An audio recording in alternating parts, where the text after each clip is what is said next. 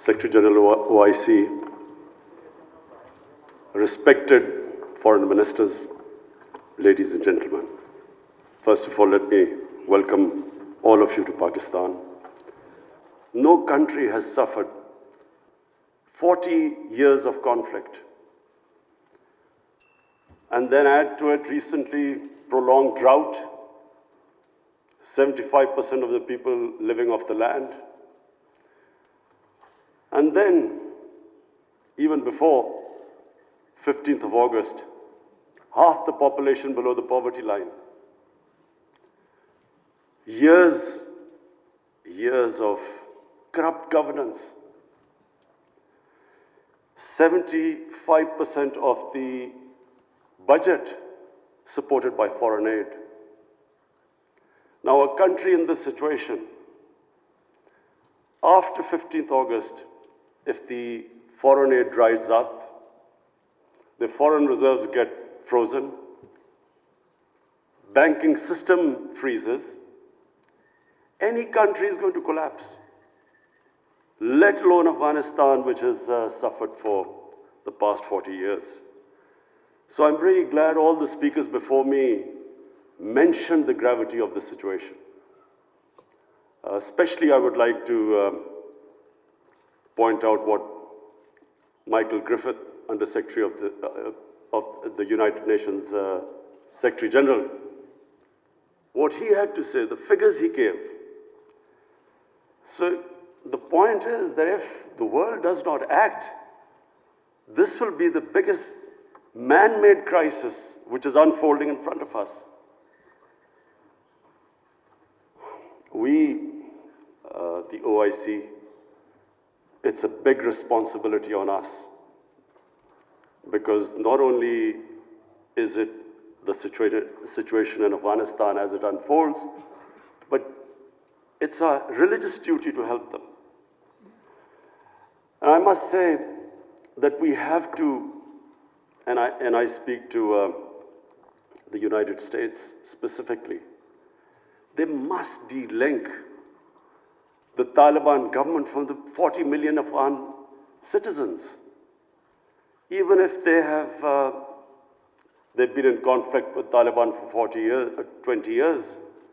But this is a question of the people of Afghanistan. 40 million human beings. And that's why it is very important that action is taken immediately. Already we are late. The Afghan winter, everyone knows, is extremely severe. And these preconditions the Taliban have to, unless they have an inclusive government, human rights, women's rights, do not allow terrorism from the soil. Unless these preconditions are met, the humanitarian aid will not flow, and their foreign reserves won't be, they won't be allowed to have them, or the banking system won't be allowed to function. This is very important. That first of all, the one time I met the Taliban foreign minister, he categorically said that they wanted to comply with these three conditions. Now the point is, we must understand that when we talk about human rights, every society is different. Every society's idea of human rights and women's rights are different. I just give you an example of the Pakhtunkhwa province, which borders Afghanistan. Because the culture is similar, because Taliban is basically predominantly a Pashtun movement, and there are more Pashtuns on our side of the border. Now, the city culture is completely different with the rural culture. Culture in Kabul was always different to rural areas.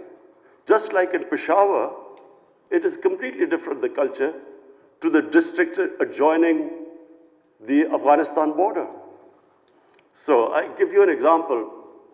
We give stipends to the child's parents to put the girls into school. But in a tribal districts or the district adjoining Afghanistan, if we are not sensitive to the cultural norms of those people, even with stipends, they won't send their girls to school. But if we are sensitive to their cultural norms, without stipends, they're willing to send their girls to school. So this sensitivity, I'm afraid, when we are talking about human rights and women's rights, we have to be sensitive about this. But my big worry is that unless action is taken immediately, and I mean immediately, because we've been saying this for now 2-3 months, unless action is taken immediately, Afghanistan is heading for chaos. Any government, when it can't pay its salaries of its public servants, hospital, doctors, nurses, any government is going to collapse. But chaos suits no one. It certainly does not suit the United States. Because what if there's chaos there, and chaos means the inability, if the Afghan government does not have the ability to fight terrorism, and we know ISIL is now a threat. It has been a threat. We have had attacks from Afghan border, from ISIL into Pakistan. So the only way you can control what is, and ISIL is capable of international terrorism. And the only reason you can deal with it is if there's a stable Afghan government. And same with Pakistan. Our worry is, and remember, Pakistan lost 80,000 people. We were the biggest collateral damage of the Afghan war. Our economy was shattered. Over $100 billion lost to the economy. 3.5 million people internally displaced. Well, the last thing we want is chaos in Afghanistan, more refugees. We already have over 3 billion Afghan refugees. To date, we have 234,000 Afghans who've overstayed their visa because their situation in Afghanistan means they can't go back. And remember, this is a country, like most developing countries, who are suffering from the fallout of the coronavirus. COVID-19, we're all suffering from the impact it has had on world economies. So we are in no position to deal with this, another influx of refugees and terrorism. So my request to the international community, to the United States specifically, I know the Europeans are extremely sensitive. They understand the situation. There's a refugee problem not just in Europe, all over the world. So everyone knows that this chaos will lead not just countries like Pakistan and Iran. Other countries will also eventually have refugee problems. But in much richer countries, you have 2,000-3,000 refugees, and there's an issue. The far-right parties raise this issue about refugees. But we poor countries, who are struggling, whose economy is just about getting on their feet, how do we cope with hundreds and thousands of refugees? So it is in no one's interest that there's chaos in Afghanistan. And that's why I was very impressed by the Islamic Development Bank's suggestions of immediate, medium, and long-term ways of helping the people of Afghanistan or making the economy sustainable. I would look forward to the foreign ministers that you will come up with a roadmap by the end of this evening. And that roadmap not only should be pushed by the OIC, by the United Nations, by the European Union, and by, of course, the United States. Because, as I repeat, chaos in Afghanistan suits no one.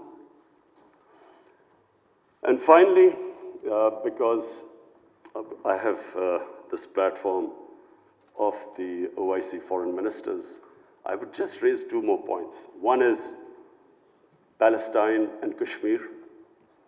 The people of Palestine and Kashmir look to us.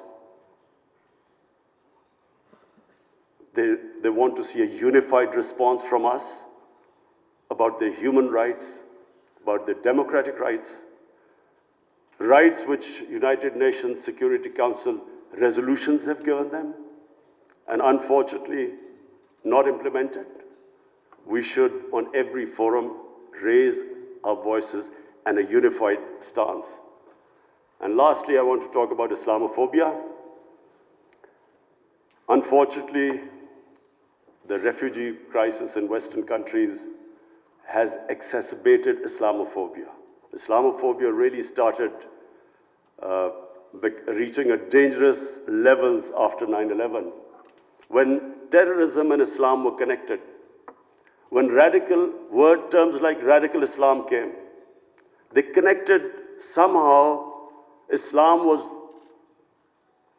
responsible for terrorism and radicalization. So this connection has made life difficult for people living in Western countries, Muslims living in Western countries. The man in the street in the West cannot distinguish between what is a moderate Muslim and what is a radical Muslim. So you have stuff like in New Zealand, a man walks into a mosque and shoots 50 people. It's because this term, radical Islam, Islamic terrorism, they have to be delinked. And secondly, the reason for Islamophobia is people in the West do not understand when our Prophet Muhammad sallallahu alaihi wasallam is mocked or ridiculed or insulted. They can't understand the reaction amongst the Muslims because their attitude to religion is different to ours. So it's very important for the OIC to play its part in explaining to the Western world on forums like European Union, United Nations, their think tanks, making them understand.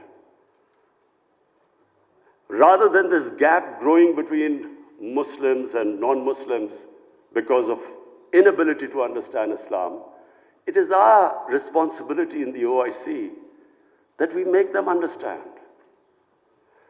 We have in Pakistan formed an authority, it's called Rahmatul Alameen Authority.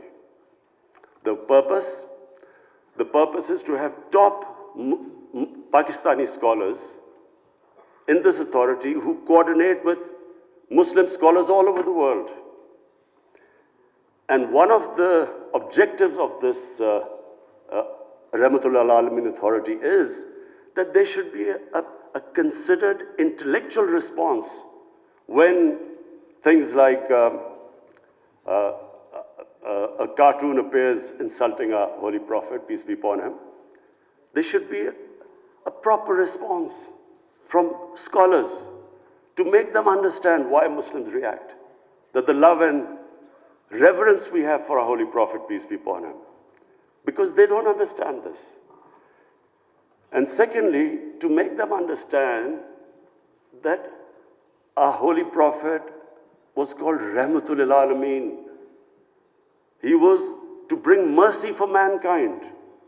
He was not called Rahmatul Muslimeen. He was not just for Muslims. Just like our God, Allah, is God of all human beings. So, our Prophet united human beings. His whole message was of love. But this is not, the people in the West do not understand this. There is so much propaganda against Islam. And unfortunately, we do not have a coherent and an intellectual, scholarly response to this. So one objective of this authority is to, in coordination with all the Muslim scholars, we will respond, and we would like the OIC Secretary General also to know about this response. We will consult you. And whenever anything happens, there should be a proper response to that. But secondly, it's also for my own country, because we feel that we can raise the morality and the ethics of our society by making people understand the seerat of the Prophet, his teachings, to raise the ethical standards in our country. And at the same time, unite our people. Because unfortunately, religion is used by elements in our society to divide people, spread hatred. The whole idea is to unite human beings under the teachings of our Prophet. So finally, I again welcome all of you. I hope we have a very productive session this afternoon, and then we come up with a very coherent a strategy which I said immediate, medium term and long term, how to get Afghanistan out of this crisis. Thank you.